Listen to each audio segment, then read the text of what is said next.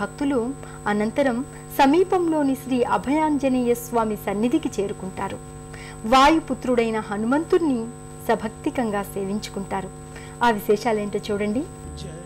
అయ్యప్ప స్వామి దేవస్థానంలో ఉన్న మరో ముఖ్యమైన ఆలయం శ్రీ అభయాంజనేయ స్వామి ఆలయం. గర్భాలయంలో ఏకశిలపై మల్చిన సింధూరవర్ణ శోభిత అభయాంజనేయ స్వామి విగ్రహం భక్తుల్ని విశేషంగా ఆకట్టుకుంటుంది. భక్తుల భయాలను తొలగించటానికి ఆ స్వామి ఈ దివ్య మందిరంలో అభయాంజనేయ స్వామిగా కొలువు తీరాడు. శ్రీయాంజనేయం ప్రసన్నాంజనేయం ప్రభా దివ్యకాయం భజే వాయుపుత్రం భజే వాలగాత్రం అంటూ హనుమను మనసారా సన్నిధి చేస్తారు. సదా అండగా ఉంటూ సర్వదా రక్షించమంటూ స్వామిని వేడుకుంటారు. విశేషించి ప్రతి మంగళ శనివారాలలో స్వామికి ప్రత్యేక పూజల్ని నిర్వహిస్తారు.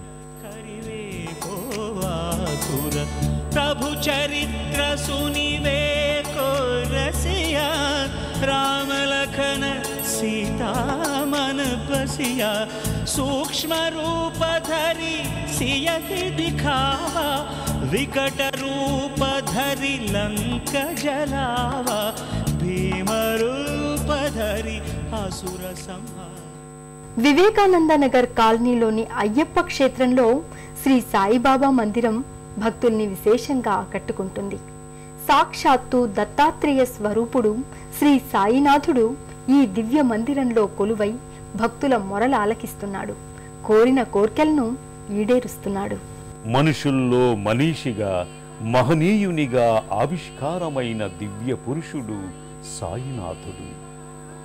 సత్యం, ధర్మం, శాంతి, ప్రేమ అనే 4 స్తంభాలపై ఆధ్యాత్మిక జీవ సౌధాన్ని నిర్మించిన ఖ్యాతి ఆయన సొంతం. ఆయనే దత్తావతారుడు, షిరిడీ సాయినాథుడు.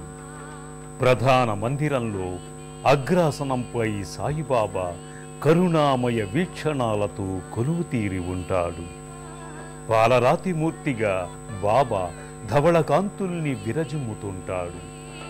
విశాల నేత్రద్వయం, తీర్చిదిద్దిన కనుబొమ్మలతో బాబా విగ్రహం సజీవ కళ ఉట్టిపడుతుంటుంది. తూర్పు తెల్లవారగానే బాబా మందిరంలో సుప్రభాత సేవ ఆరంభమవుతుంది. ఆ తరువాత బాబా విగ్రహానికి భక్తులు స్వయంగా అభిషేకాల్ని నిర్వహించుకుంటారు.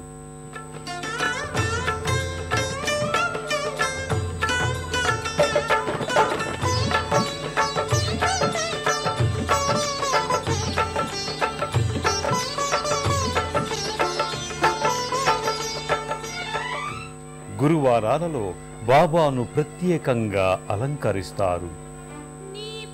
త్రికాలాల్లో బాబాకు 3 హారతుల్ని సమర్పిస్తారు. ప్రధాన విగ్రహం ముంగిట ఉన్న బాబా పాదుకల్ని సభక్తికంగా సేవించుకుంటారు.